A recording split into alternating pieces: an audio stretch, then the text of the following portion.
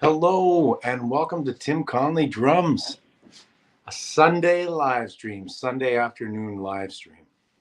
So, lots of things to update you guys and discuss, and we'll have some fun talking and answering questions and all that kind of stuff. So, I look forward to interacting with you guys. And as always, I like to put comments up so you guys can see your comments, and it's fun. One of the things that I like about this type of a live stream situation is it's like we're live. Well, we are live. You know what I mean? Like live performing a show. So it's fun to interact with the audience. Now, normally when I'm performing a show, I don't actually get to interact with the audience that much, obviously, because I'm working, doing my thing, and it's kind of hard to interact with the audience. But this is so much fun because I get to interact with my YouTube audience and answer questions and discuss things. And, we just have a great time. And I have a really cool announcement. I'm going to wait for a few more people to come in. I'm going to give you guys a very cool announcement, something that I'm in the middle of arranging. I'm drinking some apple cider. Woo.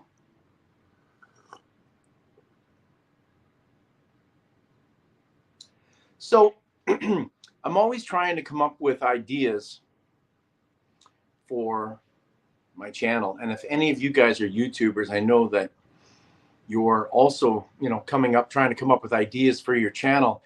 And the stories, there's the stories are unending, honestly. There's so much that's happened to me over, honestly, 40 plus years, because truth be told, I started playing professionally around 20 and I'm almost 60. But I was playing shows when I was 15, 16, 17 as well. Some of them were pro. I got paid for some of those shows, but a lot of them weren't. Even in my 20s, I was technically a pro musician, but there was lots of gigs where I didn't get paid, or I was supposed to get paid and didn't get paid. So let's talk about that. Let's talk about getting paid on the gig.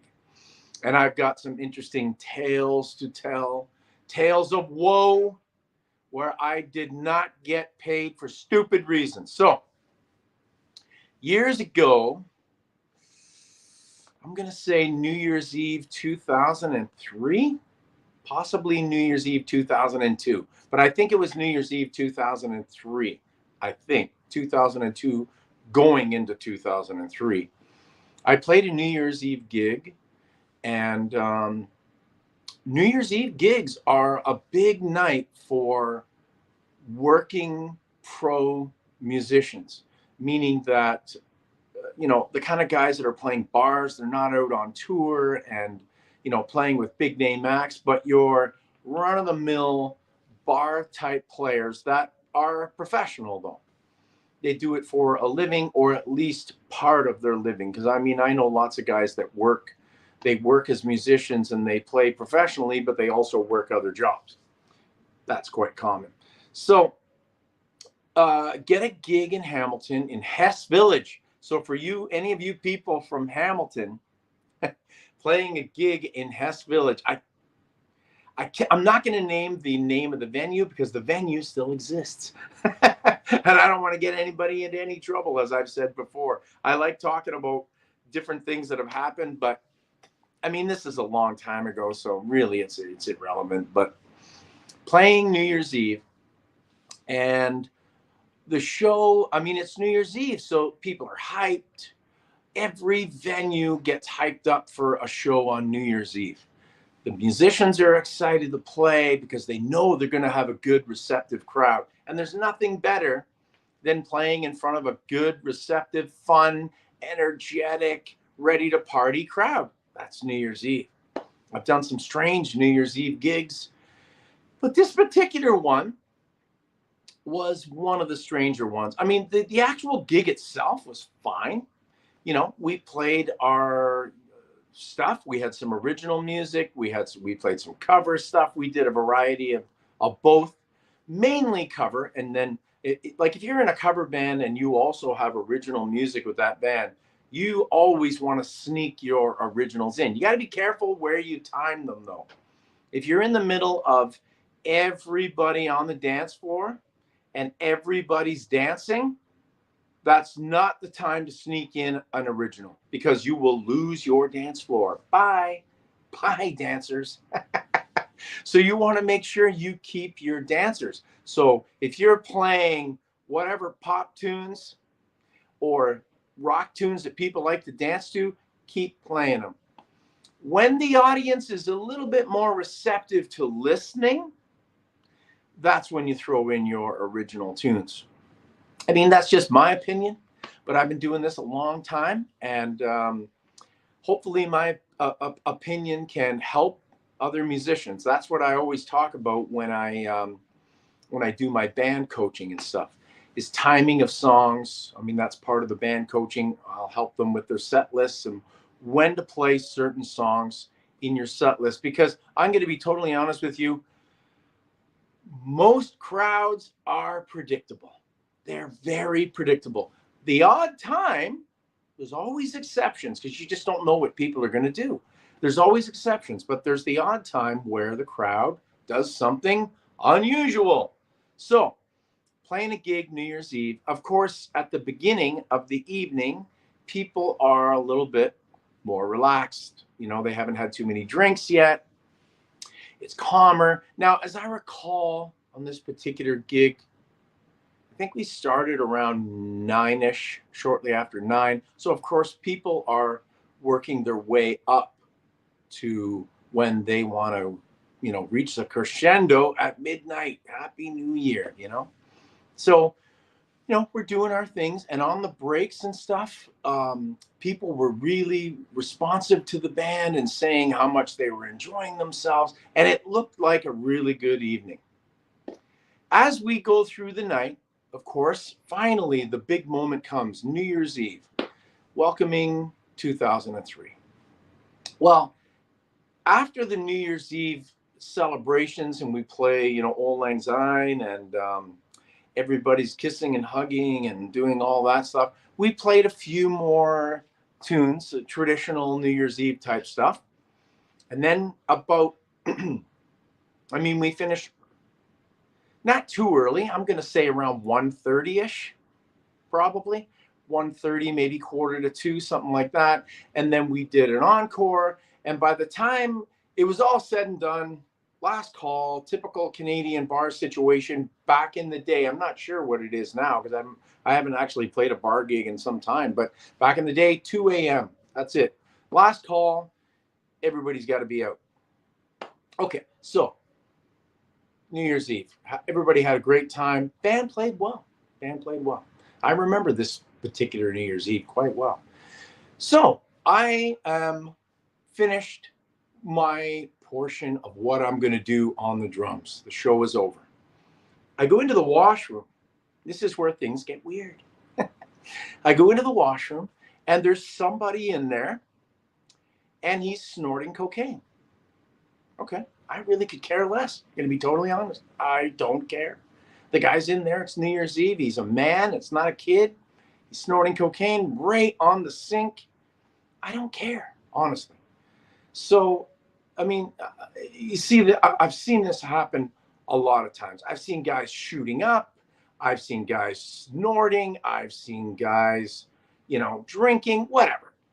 It's a bar, you know. I didn't care. And I want to emphasize that I really didn't care. So I leave, you know, wash my hands, nod at the guy, and I leave. Okay, so we start tearing down.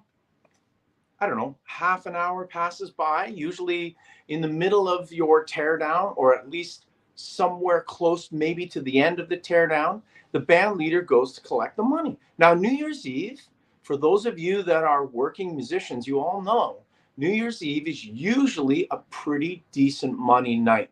So you really look forward to getting paid, usually a lot more than what you're used to getting paid, especially if you're a bar band. Because bar bands, from the beginning of time, bar bands have been underpaid, but New Year's Eve is the night. So band leader goes to get paid. Manager says, we're not paying you guys. You didn't play well. The crowd wasn't happy. What? So the band leader, of course, I wasn't privy to this exact conversation. I got involved afterwards. So the band leader says to the guy, what are you talking about? We didn't play well. The crowd was into it. We did an encore. They were screaming and yelling and jumping up and down. And there was no violence or fights. I mean, you guys made a ton of money and sold alcohol like crazy. What are you talking about? The band didn't play well and we're not getting paid. He says, yeah, that's it. Pack your stuff up. Just get the hell out. What? And we played this place before. It wasn't like we were a one-off or anything like that. So anyways, he comes back to us, the band leader, and says, yeah, we're not getting paid. What? What are you talking about? We're not getting paid. I was very adamant that this is New Year's Eve. I spent my New Year's Eve working. I'm a pro. I want to get paid. So he says, well, you need to talk to the manager then. So I, myself, and the band leader go and we approach the manager again. Now, this is where I get involved. And I'm saying to him, you can't not pay us. I'm going to call the agent up right now. And, we're going to have a problem because you can't not pay us. It's New Year's Eve. I try to rationalize and reason with the guy. And he keeps saying, no, you're not getting paid. Okay. So we did not get paid that night. And I was really pissed. I find out 2 days later, because of course the place is closed the next day. I call and then I make an arrangement to meet with somebody who's the owner of the place. And I make this arrangement to meet with him because I'd spoken to the agent, and the agent said, you got to get paid. You got to go talk to the owner. The agent had called the owner, I'm assuming either that night or the next day, probably the next day. I don't know exactly, but I know he spoke to him. So I go and talk to the owner. I get a heads up by one of the bartenders when I get there. I get a heads up. It turns out that guy that I saw in the bathroom was the owner's son. And he's a young guy. And he was afraid that I was either going to tell the manager, people that worked there, maybe even the owner himself, that I was going to rat him out. I'd forgotten about that whole situation, to be totally honest. I really, like I said and emphasized earlier, I didn't care. So I did not concern myself with this guy in the bathroom. I wasn't concerned about him. So I said to the owner, when we get to the meeting, you got to pay us and blah, blah, blah. There's no reason why we shouldn't get paid. We played fine. The audience was receptive. And it turns out that I guess the owner himself was worried because he had been told, he wasn't there, he was told that we didn't play well by the son. The son was the one that initiated the whole thing because he recognized me as a band member. I had no idea what his problem was. Okay, fast forward a little bit. I negotiate with the owner and I rationalize. Finally, he sees the light. At first, he says, well, I'll give you half. I'm like, no, that doesn't work. Half doesn't cut it. For this inconvenience, you should be paying us more. And I remember getting kind of heated, but still controlled. You don't want to piss the guy off that's paying you, but at the same time, you've got to stand up for yourself. So to all you young musicians out there, stand up for yourself. Make sure you get paid and you get paid what you deserve and what you're owed. Very, very important. So anyways, he ends up, he was going to give us a check. And then once again, that's not acceptable. Don't accept checks from anybody. I don't care. People like to bounce things and then disappear. So I said, no check. You know, there was no such thing as e-transferring or any of that back then, cash only. So finally, after about 40 minutes of negotiating with him, he finally pays me after having a meeting with his staff. He goes off and has some kind of a meeting with his staff. Turns out the staff basically ratted out the son, not me, and basically said the band played fine. It's your son that's the problem. And the guy was pissed off and embarrassed. And I got paid. In the end, I got paid. The band got paid. New Year's Eve was saved. That only happened once. That only happened once where I really, really had a problem getting paid. I can remember playing some places where they were so happy with the band. They were so happy with different performances that not only were they thrilled to pay us, but they wanted to book us on the spot for future gigs. That's what you want. Those are the venues you want to play. I never played another gig there, I don't think, after that, because I was just totally fed up. So anyways, guys, that's my one and only story I'm actually going to tell here tonight. But I want to engage with you guys. So if you have any comments or questions, anything you want to say, go right ahead. Now is the time, because I don't want to be talking the whole time. I'd like to interact with you guys if I possibly can. But I want to tell you about my announcement. Right. That was my next thing I was going to tell you. My announcement. For those of you guys that watch Bad Brad, Brad and I are going to be collaborating. I don't know exactly when, but guitarist and drummer are coming together, and Bad Brad and I are going to form a Zoom bond. So we're going to get on Zoom, the two of us, and we're going to do a video for his channel. We're going to do a video for my channel, and we're going to talk to each other. And two guys roughly the same age. He's about 58. I'm 59. Both of us have been playing since we were kids, and, you know, playing professionally since our early 20s or late teens, whatever. And we're going to have a lot of fun talking about different things, Tim Connolly drums and Bad Brad collaboration. Now, for those of you that don't know, Bad Brad's the reason my channel changed and I did more talking, because previous to Brad, I did lessons, I did reactions, I did gear reviews, commentary, stuff like that. I didn't just sit on a camera and tell stories and talk about my, you know, adventures as a musician, as a working musician. So when I saw Brad talking one time about the Nashville scene, I thought, well, man, I've played thousands of gigs, hundreds and hundreds, you know, over 1,000 gigs in Toronto. So why don't I talk about the Toronto scene? It's a heavy scene in this country. So I was motivated by Brad to do a video talking about, actually, I think it was the Ontario scene that I was talking about first. Then I did a Toronto video. But that video, despite having some audio problems, which long since fixed, I managed to get through that video and it did well. I got lots of views and I was like, whoa, maybe people enjoy this talking thing. So then what ends up happening is I start putting out more videos and I'm getting lots of great comments, lots of subscribers, and people telling me they're enjoying my channel. So that was the change. It was Brad. So yesterday I quickly spoke to Brad and we are going to do something down the road. I don't know when. We have to collaborate. He's a busy guy. I'm a busy guy.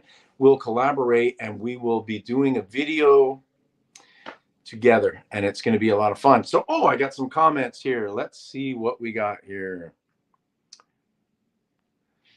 Dash. We always called the New Year's gig the gouge. The gouge.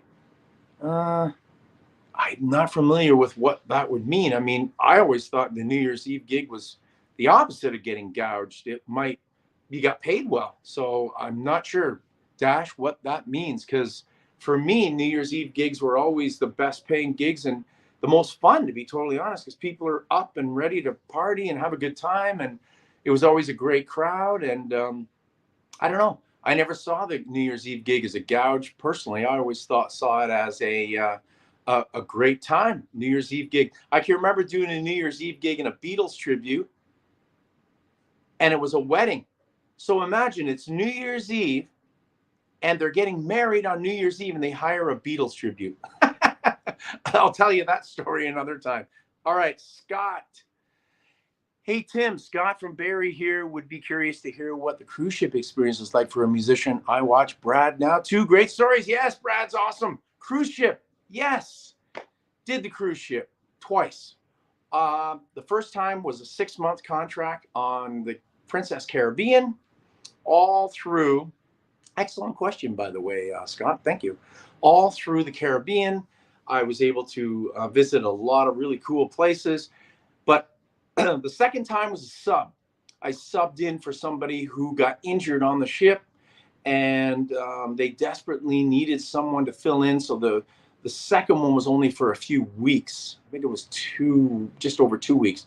But the first time when I did the full 6-month contract, it's a tough gig. You got to have good reading skills because everything is a chart, and the theater shows are very choppy, stop and start, because you're doing theater. Actors are talking, and you got to know exactly when to hit that stop so that the actors are not being played over by the musicians. And you really got to read the charts. Now, obviously, when you're doing it every day for 6 months, eventually you don't need the chart as much. It becomes just a guide situation. But when I was actually performing on the ship in the early part of being on the ship, yeah, man, I was a slave to that chart. Now, 3 shows a day, 6 days a week, Sunday off, technically. But there'd be times where management would come to the musician quarters on the ship, which is in the low bottom end,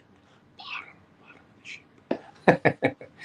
And they would say, can you guys come out on the deck and play some light rock or jazz or, just some light stuff while people are eating brunch? Not the greatest thing, because we really, it's our day off. We want to have a day off from playing. But sometimes we would get out there and we would do it because, trying to make people happy. It was a tough gig though, playing 3 times a day, 6 days a week on a ship. Seasickness sometimes factored in. The weird thing was the ship moves. If you've ever been on a ship, there is absolutely 0 time where you're absolutely not moving. It's always this, always. Even in a huge ship, to those of you guys who have been on a ship, it's always moving. So when you're playing, sometimes your stands would shift. Things would shift while you were playing. It absolutely was some nights an issue.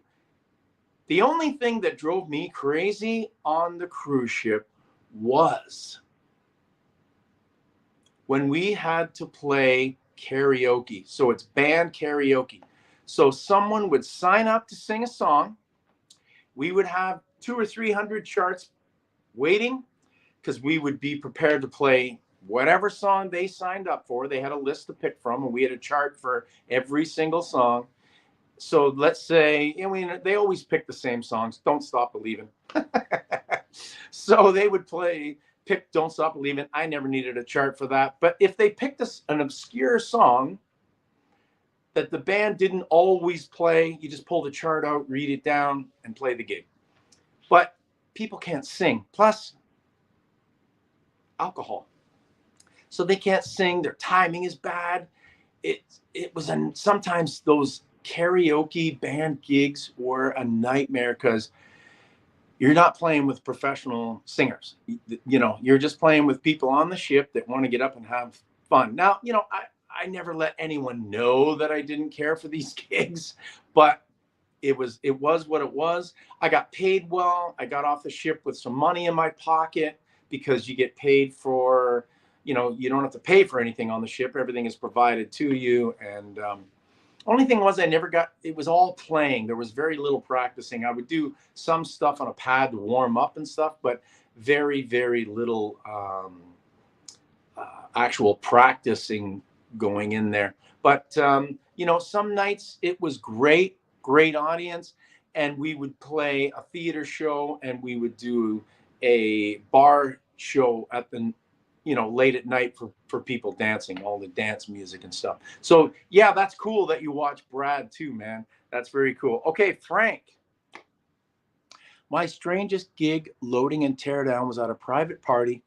Lots of drunk folks who needed to interact with the band. Yes, Frank, that is nonstop.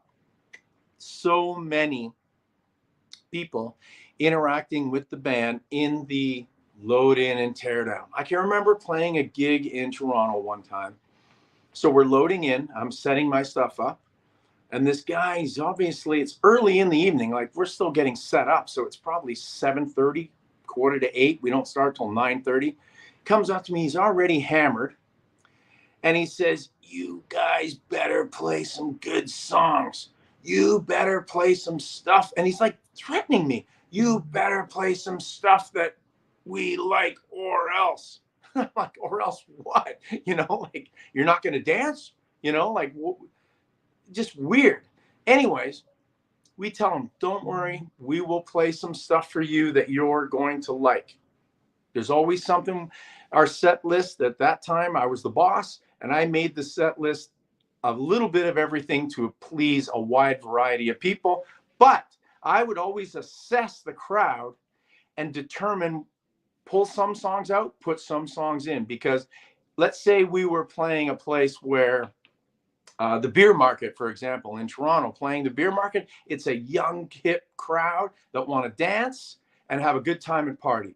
So we took out a lot of the rock stuff and a lot of the stuff, and no ballads, and it was just pure dance, top 40, pop, that kind of stuff. And that's what we would do. So, you know, you're gonna in the end, you got to make the crowd happy. You've got to make the crowd happy, and when they're aggressive when you're walking in, and then of course they're always in the way when you're trying to load out, it's never easy, man. But that's not a strange gig at all. Loading and tearing down at a private party or any gig with lots of drunks who want to interact with the band, welcome to my world. That is normal. I don't consider that strange at all. But anyways, thanks for your comment, Frank. Really awesome, man. Awesome. Now, with Brad is, for those who don't follow Brad, go and check him out, man. He's awesome. Bad Brad. He's a Nashville guitar player, session guy, as well as a producer. He does some producing, and he's a longtime guitar player, and he's moved to Florida. He's now, him and I have so many similarities. It's kind of comical. And when you see the you know, the interviews and the videos that we're going to upload on his channel and my channel, you'll see how similar him and I really are. It's really cool. So, guys, also wanted to let you know that the hand is getting better. Let's see if you can see that. It is getting better. Some of you are going to go, "Whoa, that thing looks terrible."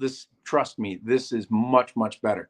Hand's getting better. I've been given the okay by the doctor for December, January to start gigging. Now, I am not currently in a band. So I'm going to be looking for a band starting soon. Not right now, because I'm still not quite ready to get out and do a lot of playing. I'm teaching. I'm practicing a lot now, and I'm starting to get stronger. Squeezing a ball, which is sitting right over here, and getting my strength back in that hand so that I will be ready to play in December and January. So I'm going to be hitting the audition scene. So that should be very, very interesting. I haven't auditioned for a band for a long time because I was always the boss. So it's going to be a completely changed situation. I thought about possibly starting up my own thing again. But man, it's a lot of work being the boss. It's a lot of work booking everything, organizing the band, organizing rehearsals, picking out all the songs, and not having a, difficulty time with musicians that, oh, I don't want to play that song, I don't like that song, or whatever. It's always difficult. There's always going to be issues. I'd rather, I think at this point, go into a tribute band, a wedding band, or a corporate band. I'm not doing any bars. I'm done with the bar scene. And get into one of those higher end bands and just try and find my place in there, And I want to get out working again. That's my goal, to get back working. And this hand situation has really held me back for over a year and a half. And then of course COVID before that, that of course shut everything down. I was actually on tour when COVID shut the band down that I was in. I was in a Neil Young tribute band, and it got shut down. We were just about to cross into the US to do casinos and stuff like that. We were on the casino path with that tribute band, and then everything got shut down. Of course, COVID. I'm not going to talk about that. Everything got shut down, and then after COVID, I wasn't doing a lot of playing, and then slowly started to get back into playing and stuff. Then I was in a 90s band, 90s tribute band, and that was going along really, really well. And then all of a sudden, hand surgeries. So the hand surgeries have really slowed me down. But now, finally getting my mobility back in this hand, it's getting stronger. I can fight. You kids get off my lawn. So anyways, guys, if anyone wants to say anything else, now is the time, because I'm going to shut this live stream down because I got to go teach drums. That's what I'm doing this afternoon. I'm starting to teach drums 2:00, I think, and I go till, well, normally I go till about 7, but I've had a couple cancellations, so I got some time. So if you want to ask me anything or say anything, now is the time, because I'm going to shut this down. I want to thank Frank, Scott, and Dash for your comments and questions. I sincerely, like I said earlier, I really appreciate you guys coming on here and spending a little bit of time with me, asking some questions. Amos, have a great day. Tim, get that hand better. Yeah, thanks, man. Thank you very much. I really appreciate that.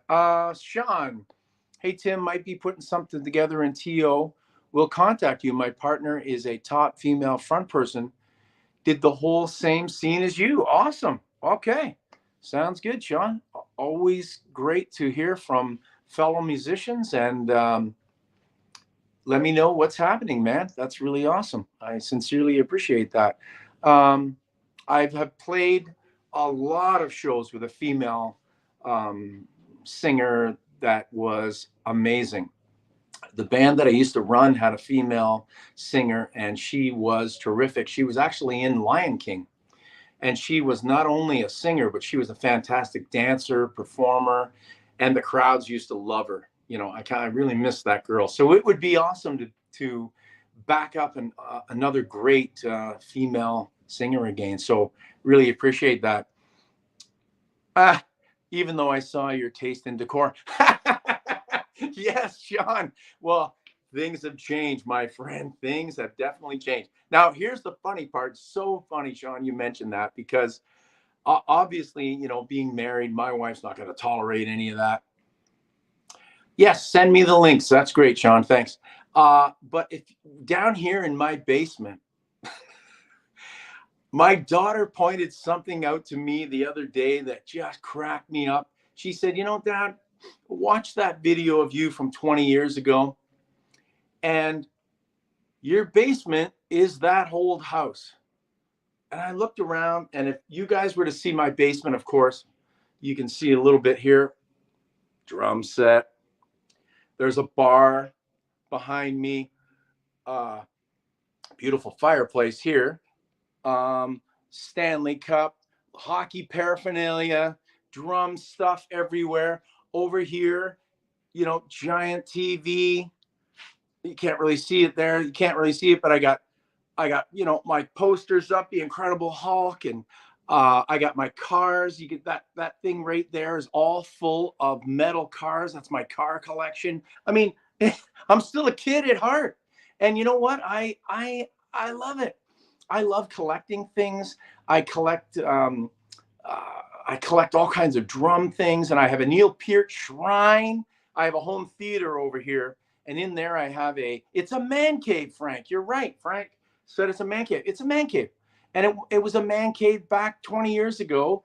And I was the only one living there. Of course, my daughters moved in, but I was a single guy at the time too. But this it's a man cave down here in the basement. Now upstairs, not a man cave. The upstairs, not a man cave, because the wife doesn't tolerate any of that man cave behavior. So the man cave is here and in the garage where I teach, because I do most of my teaching in the garage. I do a little bit of teaching here on this kit, Yamaha Beauties. I do teach here a little bit, but like today, for example, I'll be in the garage teaching. I renovated my garage during COVID, turned it into another room in the house, heating, air conditioning, the whole 9 yards, and I teach off 2 drum kits in the garage, and that's where all my students show up. And I'm very busy. I got about 45, close to 50 students a week between the music school I teach at and my home. So I'm very busy. So yes, anyways, guys, I got to get out to that garage and do some teaching. Yes, they pay me to show the youth of the world how to play drums. It's awesome. Nothing better than that, guys. Thank you very much for joining me. And as always, keep drumming. See you guys. Take care. See ya. I hope to hear from you soon, Sean. Take care, man. Bye-bye.